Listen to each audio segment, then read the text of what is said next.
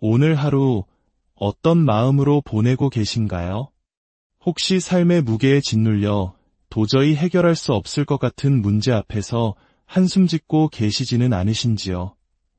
이 말씀이 여러분의 삶에 닿기 전 잠시 구독과 좋아요를 통해 은혜의 통로를 열어주시는 것은 어떨까요? 여러분의 작은 손길이 또 다른 영혼에게 하나님의 사랑을 전하는 귀한 도구가 될 것입니다. 이 영상을 들으시는 모든 분들의 삶에 하나님의 평강이 가득하기를 먼저 축복하고 기도합니다. 오늘 여러분이 어떤 상황에 처해 있든 저는 여러분이 한 가지 사실을 꼭 기억하시기를 바랍니다. 바로 하나님은 우리가 마주한 그 어떤 문제보다도 크고 위대하시다는 사실입니다. 성경 예레미야 32장 17절은 이렇게 말씀합니다. 슬프도소이다 주 여호와여 주께서 큰 능력과 표심팔로 천지를 지으셨사오니 주에게는 할 수 없는 일이 없으시니이다. 그렇습니다. 전능하신 하나님께서는 우리가 겪는 모든 일을 능히 다루실 수 있습니다. 이 사실을 아는 것만으로도 우리 마음에 얼마나 큰 위로가 되는지 모릅니다. 하나님이 내 문제보다 크시다는 것을 깨닫는 것은 신앙의 중요한 첫걸음입니다.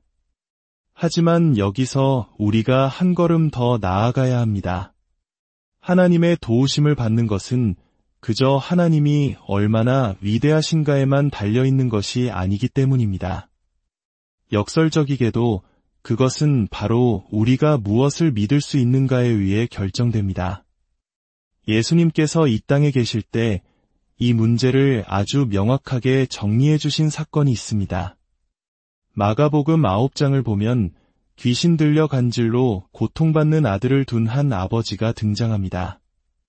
그는 절박한 심정으로 예수님께 나아와 아들의 상태를 설명합니다. 사탄이 아들을 죽이려고 불에도 던지고 물에도 던졌다고 말입니다. 그리고 그는 이렇게 간청합니다. 무엇을 하실 수 있거든 우리를 불쌍히 여기사 도와주옵소서. 그때 예수님께서 그에게 무엇이라고 대답하셨습니까? 내가 무엇이든 할 수 있다고 말씀하지 않으셨습니다. 대신 이렇게 말씀하셨습니다. 할 수 있거든이 무슨 말이냐 믿는 자에게는 능히 하지 못할 일이 없느니라. 예수님의 말씀의 핵심은 이것입니다. 그래, 나는 모든 것을 할 수 있다. 하지만 그것이 결정적인 요인이 아니다. 하나님이 너의 문제보다 크다는 것도 사실이다. 그러나 진짜 결정적인 요인은 바로 내가 무엇을 믿을 수 있느냐는 것이다. 우리는 여기서 중요한 영적 원리를 발견합니다. 하나님으로부터 무언가를 받기 위해서는 믿음이 반드시 필요하다는 것입니다. 오늘 당신이 어떤 어려움에 처해 있든 이제부터는 좋은 일이 일어날 것을 기대하기 시작하십시오. 상황이 더 나빠질 것이라는 예상, 아무도 나를 도울 수 없을 것이라는 절망감을 내려놓으십시오. 하늘에 계신 당신의 아버지는 이미 당신을 도울 모든 준비를 마치셨습니다. 그분은 단지 당신의 믿음의 명령을 기다리고 계십니다. 당신이 그분을 믿고 신뢰하기를 기다리고 계십니다. 자, 그렇다면 이 믿음은 어디서부터 시작될까요? 바로 소망에서부터 시작됩니다. 소망이 없다면 믿음이 붙을 자리가 없습니다. 비유하자면 소망은 믿음이라는 집을 지을 수 있는 청사진과 같습니다. 훌륭한 건축가는 건물을 제대로 짓기 위해 반드시 청사진이 필요하다는 것을 압니다. 하지만 청사진을 내려다보는 것만으로는 실제 집이나 건물이 생기지 않습니다. 그것은 단지 지어질 건물에 대한 비전일 뿐입니다. 소망도 마찬가지입니다. 소망 자체가 믿음은 아니지만 믿음의 출발점입니다. 히브리서 11장 1절은 우리에게 이렇게 가르칩니다. 믿음은 바라는 것들의 실상이요 보이지 않는 것들의 증거니. 이 말씀은 믿음이 결국 우리가 소망하는 것의 실체, 즉 형체를 부여한다는 뜻입니다. 다시 말해 소망은 기대입니다. 우리는 기대를 끌어올려야 합니다. 하나님께서 내 삶에 선한 일을 행하실 것을 기대해야 합니다. 오늘 하나님께서 당신의 몸을 치유하실 것을 기대해야 합니다.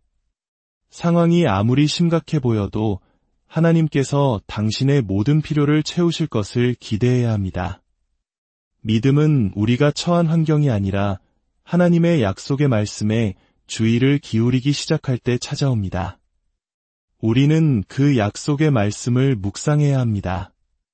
여기저기서 약속 구절 하나를 읽거나 말씀 카드 상자에서 구절 하나를 뽑아 한두 번 보는 것만으로는 충분하지 않습니다. 진정한 묵상에는 상상력이 필요합니다. 상상력은 우리 삶에 너무나 중요합니다. 많은 사람들이 디즈니 영화나 판타지 소설을 통해 상상력의 힘을 경험합니다. 하지만 때때로 교회 안에서 어떤 사람들은 상상력이 마치 악한 것인 양 말하기도 합니다. 그러나 그것은 결코 사실이 아닙니다. 우리에게 상상력을 주신 분은 바로 하나님이십니다. 하나님께서 우리에게 상상력을 주신 이유는 그분의 말씀이 약속하는 대로 우리의 삶을 마음속에 그려보게 하기 위함입니다. 우리는 하나님의 약속이 이루어진 자신의 모습을 상상해야 합니다. 만약 당신의 몸에 치유가 필요하다면 병이 깨끗하게 낫고 건강해진 당신의 모습을 상상하기 시작하십시오. 이전에는 걷거나 뛸 수 없었다면 다시 자유롭게 걷고 뛰는 모습을 상상하십시오. 예전에 할 수 없었던 일들을 거뜬히 해내는 모습, 혹은 하나님께서 오래전에 주셨던 계획을 성취하거나 꿈에 그리던 여행을 떠나는 모습을 상상하십시오. 만약 재정적인 어려움으로 고통받고 있다면 모든 빚을 깨끗하게 갚고도 남아 모든 선한 일을 위해 풍성하게 나눌 수 있는 당신의 모습을 상상하십시오. 더 나아가 하나님의 나라를 위해 풍성히 씨앗을 심는 당신의 모습을 그려보십시오. 하나님은 씨 뿌리는 자에게 씨를 주시며 우리를 축복하기 원하십니다. 당신이 스스로를 씨 뿌리는 자로 상상할 때 재정을 위한 믿음의 과정이 시작될 수 있습니다. 하나님의 말씀을 더 많이 묵상하고 말씀이 약속하는 당신의 모습을 더 생생하게 상상할수록 그 내면의 비전은 당신이 밖에서 마주하고 있는 문제보다 훨씬 더 커지게 될 것입니다. 하지만 여기서 한 가지 경고해야 할 것이 있습니다.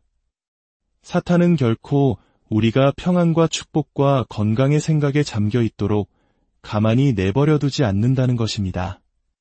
사탄 역시 상상력의 힘을 너무나 잘 알고 있습니다. 그래서 그는 하나님의 말씀을 정면으로 반박하는 이미지들을 우리 마음에 주입하는 전문가입니다. 패배와 실패의 이미지, 질병과 죽음의 이미지를 교묘하게 심어놓습니다. 이런 종류의 이미지나 생각이 떠오를 때 당신은 그것이 결코 하나님으로부터 온 것이 아님을 알아야 합니다. 왜냐하면 그것은 하나님의 말씀과 일치하지 않기 때문입니다. 치유와 회복의 승패가 결정되는 전쟁터는 길거리 어딘가가 아닙니다. 바로 당신의 마음속입니다. 당신이 하는 모든 생각이 하나님으로부터 오는 것은 아니라는 사실을 깨달아야 합니다. 우리는 이겨야 할 전쟁이 있습니다. 그러나 이 전쟁은 예수님께서 이미 십자가에서 값을 치르신 전쟁이 아닙니다. 이것은 바로 마음의 전쟁입니다. 고린도후서 10장 5절은 우리에게 하늘로부터 온 지침을 줍니다. 우리는 어떤 이미지는 굳게 지켜야 하고 어떤 이미지는 반드시 버리고 제거해야만 하나님 안에서 성공적인 삶을 살 수 있습니다. 말씀은 이렇게 기록합니다. 하나님 아는 것을 대적하여 높아진 것을 다 무너뜨리고 모든 생각을 사로잡아 그리스도에게 복종하게 하니 하나님 아는 것을 대적하여 높아진 것을 무너뜨리라는 것은 정확히 무슨 뜻일까요? 이것은 인간적인 추론과 궤변을 의미합니다. 사탄은 우리가 스스로를 합리화하게 만들어 하나님의 축복에서 벗어나게 만듭니다. 이것은 또한 하나님의 진리를 반대하는 철학이나 사상을 의미합니다. 때로 우리는 어렸을 때 하나님에 대해 비성경적인 것들을 배워왔고 그것이 정작 하나님의 도움이 필요할 때 진리를 대적하는 견고한 진이 되기도 합니다. 이러한 논쟁과 생각들은 결국 당신을 끌어내리고 하나님으로부터 받는 것을 막는 부정적인 이미지로 이어질 것입니다. 당신이 그것들을 다루지 않는다면 말입니다. 하나님은 질병보다 크시고 가난보다 위대하시지만 그럼에도 불구하고 그분은 인간의 믿음 체계를 강제로 침범하지 않으십니다. 사탄은 끊임없이 부정적인 생각과 말씀을 거스르는 것들을 우리에게 주입합니다. 우리는 에덴 동산의 아담과 하와의 이야기에서 그의 전략을 볼 수 있습니다. 그는 하와에게 다가와 이렇게 속삭였습니다. 하나님이 참으로 너희에게 동산 모든 나무의 열매를 먹지 말라 하시더냐? 마치 이렇게 묻는 것과 같습니다. 하나님이 정말 이번에는 너를 치유하실 거라고 말씀하셨느냐? 하나님이 정말 그리스도 예수 안에서 그 영광 가운데 풍성한 대로 너의 모든 쓸 것을 채우실 거라고 말씀하셨느냐? 우리는 그럴듯한 의심에 넘어가 하나님의 말씀을 반박하고 싶은 유혹을 받게 될 것입니다. 하지만 우리는 그보다 더 지혜로워져야 합니다. 방금 우리가 읽은 고린도후서의 말씀처럼 그 생각들을 사로잡아야 합니다. 모든 생각을 사로잡는다는 이 표현은 원래 군사 용어에서 온 말로 체포하다, 붙잡다라는 뜻을 가지고 있습니다. 이는 우리가 이 과정에 대해 수동적이어서는 안 된다는 것을 의미합니다. 성경은 천국은 침노를 당하며 침노하는 자는 빼앗는다고 가르칩니다. 다시 말해 수동적인 태도로는 이 마음의 전쟁에서 결코 이길 수 없습니다. 당신은 주도적으로 움직여야 합니다. 말씀과 반대되는 생각들을 붙잡고 체포하여 매번 단호하게 내던져 버려야 합니다. 물론 이를 위해서는 우리의 마음이 믿음으로 가득 차 있어야 합니다. 자신의 생각을 지키는 것은 정말이지 평생 해야 할 일과 같습니다. 로마서 12장은 우리가 이 세상의 풍조를 본받지 말고 오직 마음을 새롭게 함으로 변화를 받아야 한다고 가르칩니다. 변화는 과정입니다. 하지만 가능합니다. 당신이 하나님의 말씀으로 당신의 마음을 새롭게 하는데 보내는 매일매일은 올바른 방향으로 나아가는 변화의 날입니다.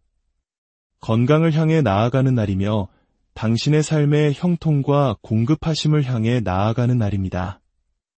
잠언 4장 20절부터 23절은 이 주제에 대해 매우 중요한 통찰을 줍니다. 내 아들아, 내 말에 주의하며 내가 말하는 것에 내 귀를 기울이라. 그것을 내 눈에서 떠나게 하지 말며 내 마음속에 지키라. 대저 그것은 얻는 자에게 생명이 되며 그의 온 육체의 건강이 됨이니라. 모든 지킬 만한 것 중에 더욱 내 마음을 지키라. 생명의 근원이 이에서 남이니라. 마음을 지키는 것은 부지런함을 요구합니다. 하나님의 말씀을 마음에 가득 채워 올바른 것을 생각하고 상상하는 것, 그것이 바로 마음을 지키는 방법입니다. 그리고 우리 마음에서부터 삶의 모든 결과, 즉 생명의 근원이 흘러나오기 때문에 우리가 무엇을 지키고 보호하는지 신중해야 합니다. 잘못된 생각이나 하나님이 당신에 대해 말씀하신 것을 반박하는 생각이 아니라 하나님의 말씀을 보호하고 있는지 확인해야 합니다. 저는 이 일이 그저 되는 일이 아니라는 것을 압니다. 저 역시 수십 년 동안 이 싸움을 해왔기 때문입니다. 어떤 날 아침에 일어나면 또 이 부정적인 생각이 나를 덮치는구나 하며 싸우는 것에 지쳤다고 느낄 때가 있습니다. 하지만 이 전쟁에서 이기기를 원한다면 우리에게는 지칠 여유가 없습니다. 성경은 내게 능력 주시는 자 안에서 내가 모든 것을 할 수 있다고 말씀합니다. 그래서 저는 지치고 피곤하다고 느끼는 아침이면 악한 영을 향해 이 말씀을 큰 소리로 선포합니다. 나는 그리스도 안에서 모든 것을 할 수 있다. 그분께서 오늘 나에게 그분의 말씀 위에 굳건히 설 힘을 주신다. 그분께서 나에게 원수로부터 오는 모든 잘못된 생각을 물리칠 힘을 주신다. 그리고 저는 하나님의 임재 안에서 기뻐하기 시작하며 치유와 재정 또는 제가 믿음으로 구하고 있는 것에 대한 그분의 말씀을 선포합니다. 여러분, 우리는 잘못된 생각에 대항하기 위해 우리의 입술의 말을 사용해야 합니다. 우리는 단호하게 말해야 합니다. 나는 그 잘못된 생각을 거부한다. 그리고 나서 하나님께서 말씀하시는 바를 선포해야 합니다. 여러분은 할 수 있습니다. 당신은 희생자가 아니라 승리자입니다. 하나님은 당신에게 이기는데 필요한 모든 장비를 주셨습니다. 그리고 그 중 하나가 바로 그분이 말씀하신 대로 우리 자신을 상상할 수 있는 능력입니다. 오늘 당신을 격려합니다. 하나님께서 당신의 삶에 대해 말씀하시는 것을 보기 시작하십시오. 당신의 문제보다 하나님이 더 크시다는 것, 그리고 당신 안에 계신 이가 세상에 있는 어떤 것보다 더 크시다는 것을 볼 뿐만 아니라 말씀이 약속하는 바로 그 모습에 당신 자신을 보기 시작하십시오. 제가 보증합니다. 그 비전이 당신 안에서 커질수록 그것은 하나님의 영광을 위해 당신의 삶 속에서 나타나기 시작할 것입니다. 할렐루야. 이제 여러분과 함께 기도하고 싶습니다. 만약 당신이 삶에서 심각한 어려움과 시름해 왔다면 이 사실을 아십시오. 하나님은 당신이 단 하루도 더 그 고통 속에 머물기를 원하지 않으십니다. 그리고 그 해답은 당신이 당신의 삶 속에서 무엇을 보고 상상하느냐에서부터 시작됩니다. 하나님 아버지, 오늘 이 말씀을 듣는 모든 이들을 위해 기도합니다. 잘못된 생각과 지친 마음, 절망과 낙심으로부터 초자연적인 해방을 주심에 감사드립니다. 사탄아, 내가 주 예수 그리스도의 이름으로 명하노니 이들의 마음과 몸에서 너의 손을 뗄지어다. 이들이 주님의 생각처럼 생각하도록 마음을 새롭게 하는 이 과정을 시작할 때 하나님의 능력이 이들의 삶에 풀어져 오늘 위대한 일을 행하시옵소서. 이들의 삶에 베푸실 주님의 선하심을 미리 감사드립니다. 주 예수 그리스도의 이름으로 기도합니다. 아멘. 여러분의 삶에서 하나님이 행하시는 일들에 대한 간증을 듣고 싶습니다. 여러분의 삶에서 일어나는 놀라운 변화들을 저희에게 알려주십시오. 여러분은 결코 혼자가 아니며 하나님께서는 당신의 삶의 상상보다 훨씬 더 위대한 목적을 가지고 계심을 기억하십시오. 당신을